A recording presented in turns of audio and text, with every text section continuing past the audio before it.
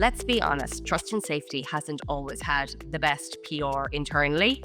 We're the ones who show up just as the confetti cannons are about to go off and say, hang on a second, have we considered what could possibly go wrong? It's not that we don't want the party to happen. We just want to make sure that no one sets the place on fire while we're celebrating. And that's really what today's conversation is about. Reframing trust and safety as a driver of innovation and growth, not just a compliance checkbox or a last-minute roadblock. Which is why I am so excited about today's guest. Emer Cassidy is an Oxford-educated lawyer and a highly respected trust and safety leader in the industry. Over the past 15 years, she has shaped safety and compliance strategies across some of the world's most influential platforms: Google, Meta, TikTok. And now, as the head of trust and safety at Zalando, she's redefining what it means to be a proactive, commercially savvy TNS partner inside a fast-moving product organization. When you're to launch a very exciting feature on Friday and trust and safety finds out about it on Tuesday, that is not a great experience for anyone. We're stressed, product teams are stressed, and now the comms team is stressed as well. So what's the earliest you can be involved so that that doesn't happen?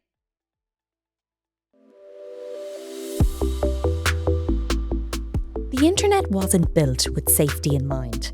But today, there's a huge community of online trust and safety experts, not just building the rules, but enforcing them too. I'm Ailish Daly, and this is Trust Issues, insights from the people who keep the internet safe. In each edition, we meet the experts shaping how the world experiences the internet, what's allowed online, what's not, and the future of how platforms will protect people. Let's share knowledge and build a safer internet together. Emer, welcome to Trust Issues. Thank you so much for having me. I'm so excited to be here today and to get a chance to talk about trust and safety, my favorite topic. It is, and we talk a lot about this and have done for over a decade. So yeah, it's a joy to have you with me today. Now, let's start with that phrase that haunts every trust and safety team at some point. This idea of being the department of no. When you hear that charming label, Emer, and for those listening who haven't heard these phrases to your face, I'm here to burst your bubble. It's definitely being said behind your back. So what does that mean to you? And why do you think that perception has persisted? I do agree with you that this is a bit of the reputation that trust and safety can get. And I think it's really, really important that if this does happen, that you think about how you can turn this around, because you don't want to be a group that people are trying to get by or sneak past. You want to be a really effective partner. And that's how we make, exciting product launches happen in a safe way. I think the first thing for me is understanding a bit more about product and about product managers. They're trying to do really exciting, innovative things on a deadline, generally. They want to drive user growth. They want to drive engagement, revenue, and they're really trying to do very important things for a business. And it can be very difficult for them then when further down the line, a team turns up and says, I'm not sure, or you're going to need to implement 3 other things in order to make this happen. And I think we need to acknowledge that, right? That can be challenging. And I think for me, and definitely what I tell my team, is that we should never be a team that says no. We shouldn't be a team that's trying to quote unquote block launches. We should be a team that says, yes, this exciting product can happen. And how we do it safely is. And I think that pushes us as well to be very proactive as a partner and also quite creative. So rather than saying no, this couldn't possibly happen, it's too scary, I don't like it, I'm scared. Instead, it pushes us to say, yeah, how could we do this in a safe and regulatory compliant way? And I think that challenge is something that we're well capable of. And I would push us to be ready to say yes. I love that framing, Emer, especially that yes and mindset. It's that shift that TNS needs from being a brake to being more of a steering wheel. And I think a lot of people listening will relate to that tension between speed and safety, especially in high growth environments. You've worked inside some of the fastest moving companies in the world. How has the relationship between trust and safety and business teams evolved over the past few years? Talk to me about that journey. Yeah, I would say I've never felt in my career that I'm at the ideation phase in a product org, right? You know, when they're doing their roadmaps, when they're setting priorities for the year, I don't think trust and safety is ever in that room. And I think that that's where we sometimes feel a little bit behind the ball.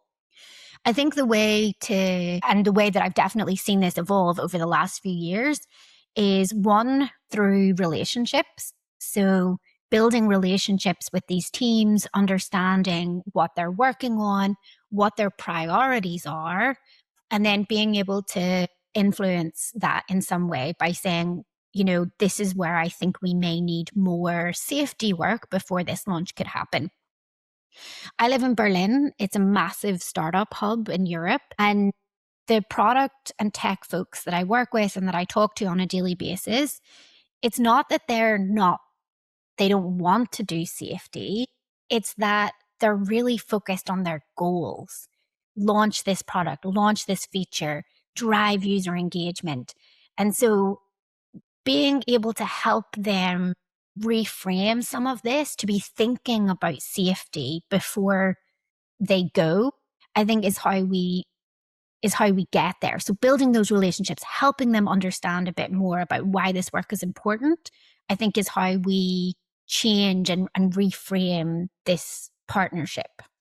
So a lot of this is about education. So Without a doubt, like it's about communication, it's about storytelling. And I think, and we've talked about this a lot, trust and safety people, we're very focused on our area. And I have to say, most of the trust and safety people I work with are so passionate about their work. We're always thinking about it. We're worrying about it.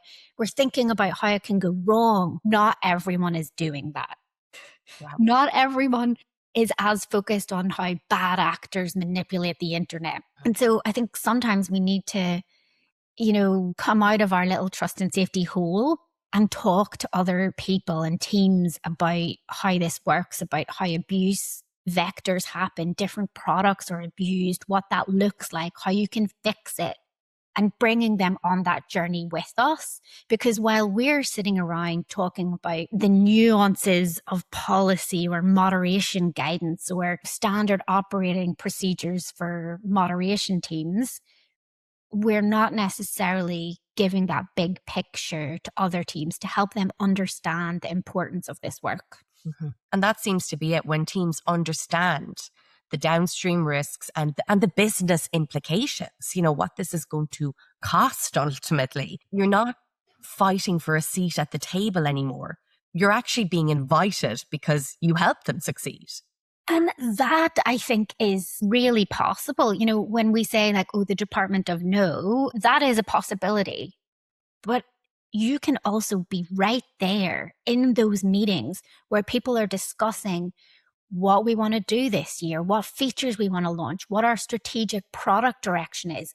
And when you're there, you're able to say, this all sounds fine. This is an area that I think we need to really consider what mitigations for safety we need to put in place. And then no one's surprised further down the line. And I think part of this is about explaining to, as I say, product teams are not against safety, obviously.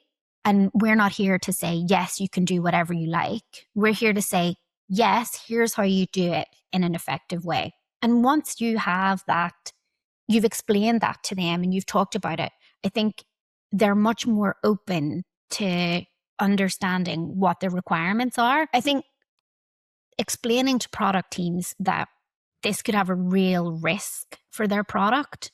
You can launch this without safety mitigations. However, if X happens, what's going to happen to your product. And that helps them understand the risk side of it. And I think also with so much more regulation in this space now, particularly the DSA, the AI Act coming later this year, we're now able to even put this in concrete terms where we say, look, you could have an audit finding around this, or you could even have a fine. And it's important for us to understand this whole landscape and then be able to talk about and educate our product colleagues on that. The next area I want to chat to you about, Emer, is that trust and safety work often reduces risk in invisible ways. So how do you make that impact visible to executive leadership and also to the product teams, maybe especially to the executive leadership?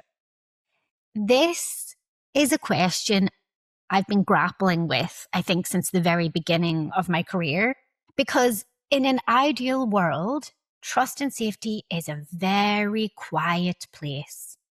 Your policies are well balanced and effective. Your moderation doesn't over moderate content or under moderate content. And your escalation protocols, if something goes wrong, are effective and work as intended. So in theory, it should all be very, very quiet. But the flip side of that is then, how do you demonstrate the value of this work? How do you explain why you need these people doing this work? And it's not easy to do. And I think I'm constantly trying to think about the goals of different organizations and how I can explain in terms of their goals. So if they're talking about user retention, for example, I might say the experience that people have on a safe platform keeps them there. The experience that people have on a platform where they feel unsafe, they're less likely to share. They're less likely to spend time there. If a team is focused on regulatory compliance, then maybe I'll say, this is what we do to comply with the regulations. So by really trying to pivot to understand what the requirements of that group are and explain it to them in terms that are relevant to them. I think data is also really important. So being able to present on numbers of content that's been enforced, what your violation rates are, what your quality rates are, to help couch some of this in real data and real terms. I think in the policy space, it's very challenging to have data, right? Because launching 17 policies, it's actually not a good thing, because you probably should have just written the policy well the first time and not done 16 iterations. But where you do have data, actually being able to present that and tell a story with that. But as I say, it's something I'm still working on. So if other people have tips, please tell me, because it's leave it in the comments. Yeah, we welcome any feedback here as well. But yeah, storytelling, it's such an underrated part of our work. And, you know, when you can translate risk or averted harm into something tangible, leaders suddenly get the value because it connects to that bigger narrative. But I'd imagine some ways of telling the story resonate better with others, right? Or are there any particular metrics or storytelling techniques that resonate best with executives in your experience? I think what I'm learning now is being able to talk about risk and mitigation is a really effective way. So when we talk about, we have these policies and we do this, you're not really necessarily grounding that in something. But I think by starting with the risk, so the risk is that we have illegal content on the platform. The risk is that we're over moderating creator content, which equals a worse creator experience. And then you set out the mitigations that you have for those risks. It really allows people to ground this work in understanding why you're doing it. I think as well, trust and safety now has a relatively long history, right? You and I have both been working in this space for sort of 10 plus years. And there's definitely been an evolution on this, where maybe we started worrying about safety and then we sort of pivoted back to making sure we allowed speech. And how we can tell that evolutionary story and explaining some of the mistakes trust and safety communities have made in the past, I think helps us then explain why we've ended up and why we're making the proposals we are today. That's a really good framing, Emer. And one of the things that we talk about a lot with our partners at Web Purify is this idea that silence is success, but story is influence. So if you're not narrating your impact, someone else will fill that silence, and usually with the perception that nothing's happening.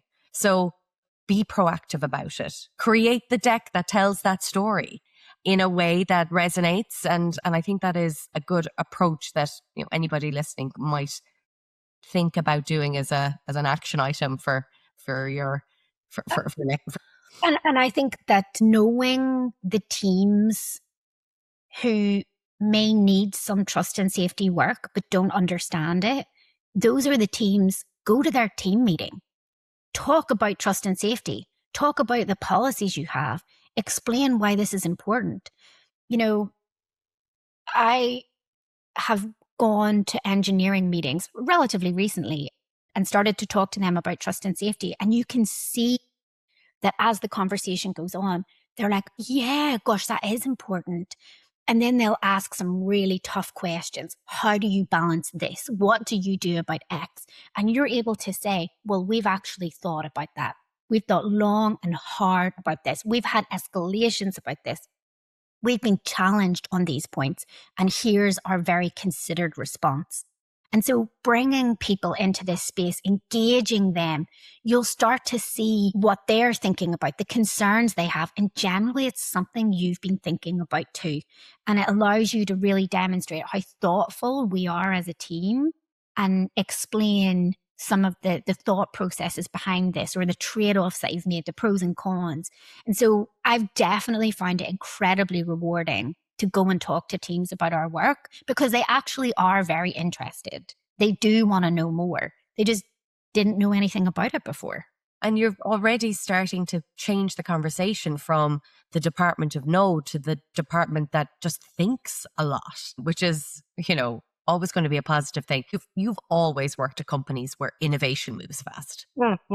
How do you then embed TNS thinking early in product development so that it enables that innovation rather than slowing it down? It's a lot about relationships. So who are the teams that you need to influence? Who are the teams that are working on this? And how do you better explain to them why they need you and when they need you? I think it's also about processes. So, for example, at TikTok, we put in place some risk assessment processes that where we asked questions very early in the product design journey. Do you have X, Y, and Z? If yes, you should engage this team. I don't think that there's a one size fits all. I think different organizations are set up in different ways. Maybe you have a product team that's in a different country, speaks a different language. Maybe you have the product team sits right next to you. How can you best engage with them? And I think that there's a few starting point questions to ask yourself, and then use those to figure out the best way to engage. So who are the right teams that I need to engage with? Is it a product team? Is it an engineering team? Is it a technical PM that you need to talk to? Do these teams know who you are and what you do? And if they don't, you need to change that. Go to the team meeting, have a coffee, talk to the leader of that team and ask if you can do a presentation. Find out what processes they follow. Do they have a road mapping session at the beginning of every quarter that you could join? Do they have a technical design doc that comes out once a month that you could read? What are those processes and how can you engage? And then what's the earliest you can reasonably engage? The reason I say this is when you're to launch a very exciting feature on Friday and Trust and Safety finds out about it on Tuesday and says, I don't think you're going to launch on Friday. That is not a great experience for anyone. Trust and Safety is very stressed because now we have to come up with effective, creative solutions very, very quickly. Maybe we have to write policies. Maybe we have to find moderation capacity. Maybe we need to figure out how we're going to report on this as part of a transparency report. We're stressed. product teams are stressed because they had this slated for that specific day. Maybe you had a whole comms strategy around that. And now the comms team is stressed as well. So what's the earliest you can be involved so that that doesn't happen? Because I think that's where the team of no comes in. But the earlier you're involved, the smoother, more effective launches are. I love that you're highlighting relationships and process, because it really does take both. Sitting inside product conversations must give you such a strategic vantage point. And I think especially in tech companies, in my experience, relationships and relationship building is incredibly important because these are massive organizations that move really, really fast. And so even just, having a coffee with someone and they say, I'm really stressed about X. And they're like, wait, X, what is this? Tell me more. And suddenly now you can be involved in things that you didn't necessarily know about. So yeah, I'm a very chatty girl anyway, but relationship building, I think, is a huge part, network building, of how to be successful. Another powerful use of storytelling, Emer, is sharing success stories from other TNS orgs. Are there any examples where TNS input led to a better feature, experience, or monetization outcome? I think this is a really, really important question. And I would like to say now, if you're in a trust and safety org, trust and safety team, please celebrate your wins. It's very easy to move past your wins because there's always a new problem to solve. You've just launched this amazing policy. Oh, but now I need to fix this policy. You've just completed a really tough escalation that was successful, but now there's a new escalation. And it can be difficult to take that time and pause and tell these good news stories.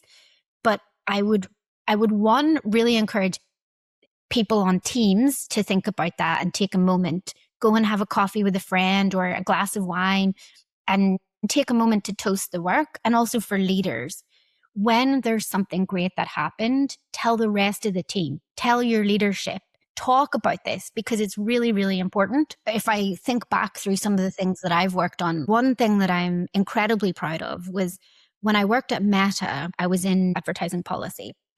And we found that there were a lot of really low quality addiction treatment centers advertising on the platform. And this was during the opioid crisis. And it was very challenging to think that people were being served ads for addiction treatment centers that were very low quality.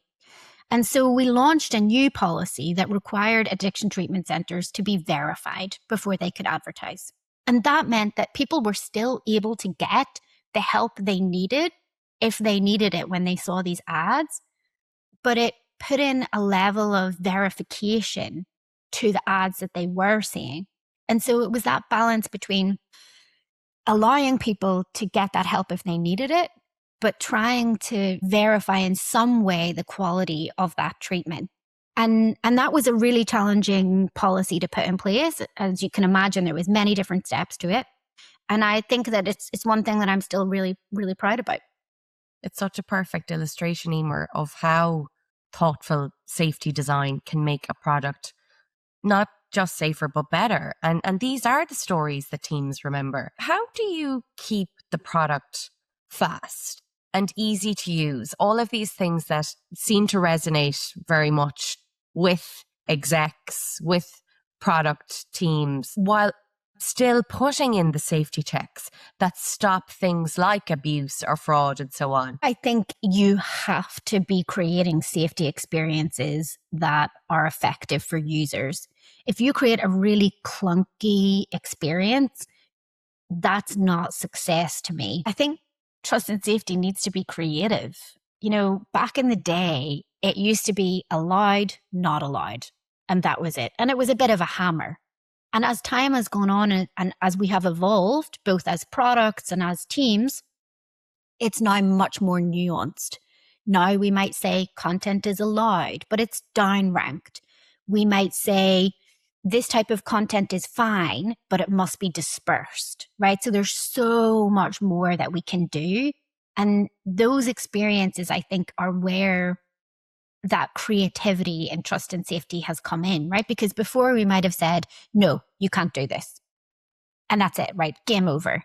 But instead, we've pushed ourselves as an industry and a profession to say, right, what's the outcome we're trying to get? And it's like, allow this interesting, useful content, but how do we do that safely? And it's like, it's okay to be there, but let's make sure it's not back to back, for example, and disperse that content. And I think that creativity and that level of knowledge of your space is what will make us very successful as a profession, but also allows us to continue to move with these product teams. Because if we stay still and product continues to innovate, I don't think we can keep up. But if we're able to be creative and thoughtful and push things, then I think, we can keep up with these product guys and we can do these product launches in a really safe way. It's such a brilliant way of framing it, Emer, because what you talk about is that toolkit that was developed, and that there is no reason to suggest that that toolkit that has developed over years within the trust and safety world, again, moving from or evolving from that yes or no to different variations of allowing content or mitigating content, that toolkit can be expanded. Like there is no reason not that innovation cannot come within the trust and safety teams. And we know that we have some of the brightest and best as part of our profession. So we hold ourselves back. Absolutely. And we really do have such passionate people in this space. And I think with that level of focus and that understanding of the risks, how things can be abused and how to prevent that, we should be bringing that out there. We should be talking to people about that. We should be explaining that depth of thoughtfulness so people engage us, because we're really effective and we know what we're talking about. And that's all there. It's just a question of like, how can we engage other teams and tell them about it? Let's talk about the culture side, because that's often where the biggest shifts happen. What does a proactive trust and safety culture look like inside a business team? I think in the past, trust and safety was a bit hidden. We didn't talk a lot about the work that we did, even externally, teams didn't really talk about trust and safety. It was sort of something that was done inside a business, and there might be some policies externally, but it wasn't really that well known. And I mean, even a podcast related to trust and safety would have been considered a total no-no. People wouldn't have known what it was. But now people are really starting to talk about online safety. My parents are talking to me about, policies for Twitter, for example. My friends with children are definitely talking about online safety. And I think that is an opportunity for us all to be thinking, and businesses, in particular, to be thinking and talking about how they approach this. Because I don't think businesses anymore can say, we don't really think about online safety. If you are a platform online, you really need to be having some strategy and some work in this space. And so the teams that are doing this need to be prepared to talk about that and explain what we're doing and why. And I certainly believe that if we're making decisions about content, about accounts, about product or feature launches, we should always be prepared to stand over those. We should be prepared to be transparent about that. And now, with the DSA, we're required to have statements of reasons sent to users when we restrict their content. We're required to, complete transparency reports. And I don't know why any business would want to hide that. We should be transparent about our policies. We don't want it to be a mystery. We want users to understand how to engage with the platform safely and effectively. And I think being able to talk about that and explain it is really important. Emer, I've heard of trust and safety teams, as I'm sure you have over the years, being described by those outside TNS as maybe being a little bit aloof, maybe even a bit standoffish. I've even heard, the phrase superiority complex dropped into conversations at times. Is that fair? Do trust and safety folks need to get off their high horses a bit? And how can trust and safety teams stay approachable and collaborative, but without losing the rigor and the standards that our work demands? I think people who work in trust and safety are really, really passionate about what they do. I'm really passionate about what I do. And when someone wants to tell me why I'm wrong or why this policy is bad, I do find that sometimes quite frustrating.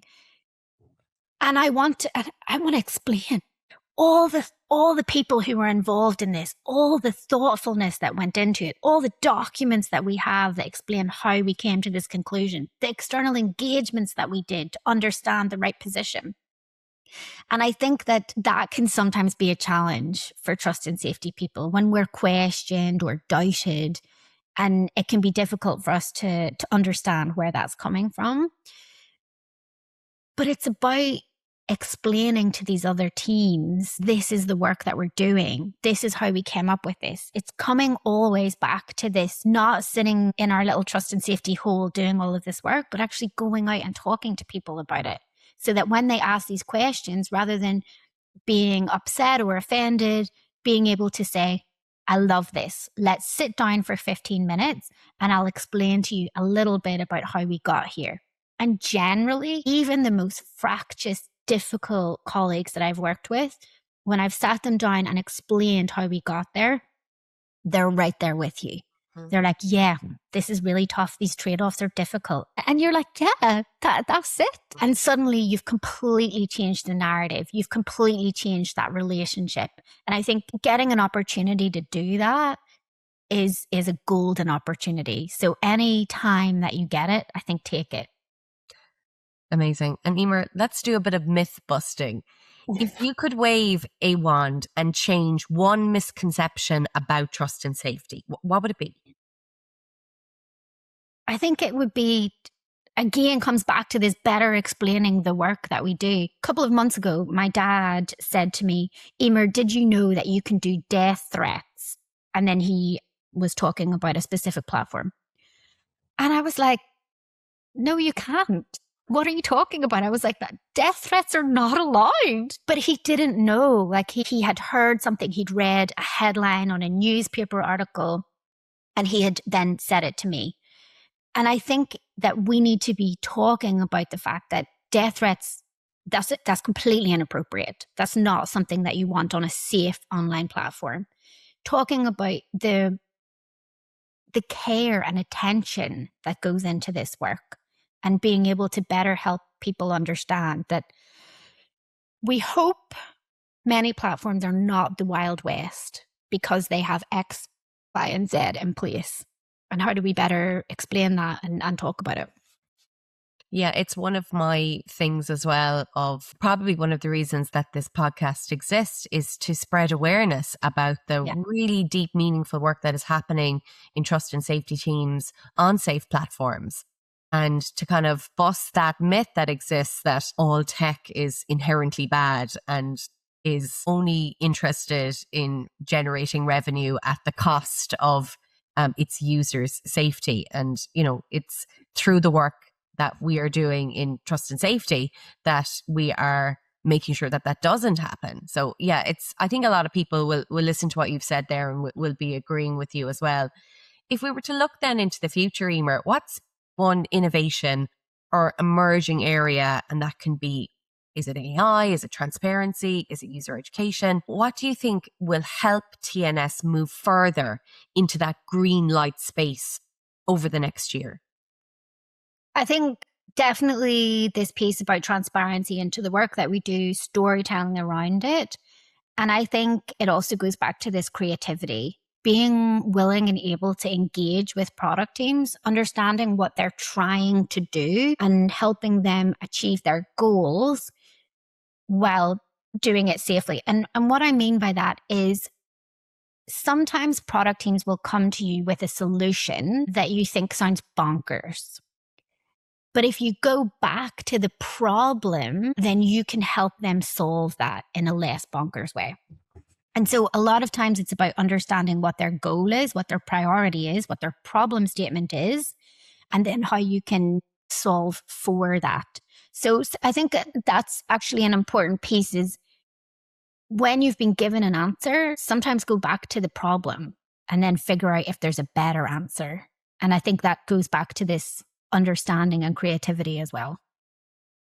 Yeah, I completely agree with you. And let's be honest, I think the spotlight is only going to get brighter on this work. So what's that phrase again about never waste a fire drill? And, you know, with all of the headlines that exist and maybe the negative media coverage of online spaces at the moment, to translate those into talking points, make them part of the storytelling to help TNS move further along. And finally, Emer, let's ground this in something actionable for listeners. For anyone listening, trying to shift their organization's mindset, what's one practical step they could take tomorrow to start that journey? Work on your elevator pitch. Think about how you could describe trust and safety work, or in particular, your work, to someone in a really easy to understand, digestible way. I remember at the very beginning of my career being told, you need to know how to introduce yourself in 30 seconds, your name and your job. And I was like, that's so stupid. Obviously, I can introduce myself. And then I was like, I don't know if I can actually, because sometimes talking about trust and safety work starts to get bigger and bigger and bigger, and it's very, very hard to ground it. So think about, can you introduce yourself and your job in 30 seconds, a way to help people understand what this work is and why it's important? And then take that and go and talk to people. Go and talk to the product teams, the engineering teams, your leadership, and help them understand what you do and why it's important. Emer, that is perfect advice. It is simple, it's human, it's immediately doable. Everyone should be going back and rehearsing their elevator pitch right now. And honestly, that's where real culture change starts. So thank you so much for sharing that. That absolutely flew by.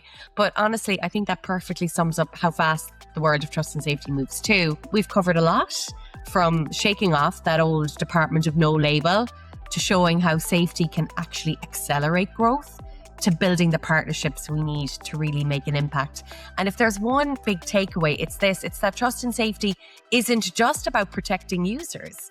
It's about powering innovation that lasts. And when safety is built in from the start, it becomes a competitive advantage, not a constraint. And Emer, thank you so much. Your insights today have been so clear, so practical, and so grounded in real experience. And I mean, you know, you didn't graduate from Oxford for nothing. So thank you for sharing your wisdom and your time with us. It's been such a pleasure. I could talk about trust and safety all day long. Thank you so much. Thanks for tuning in to Trust Issues, brought to you by Web Purify, an InTouch CX company. What are your thoughts on today's conversation? And what do you want to hear about next? Get in touch with us on LinkedIn. We'd love to keep the discussion going. And don't forget to subscribe for more stories, insights, and behind-the-scenes voices from the world of trust and safety.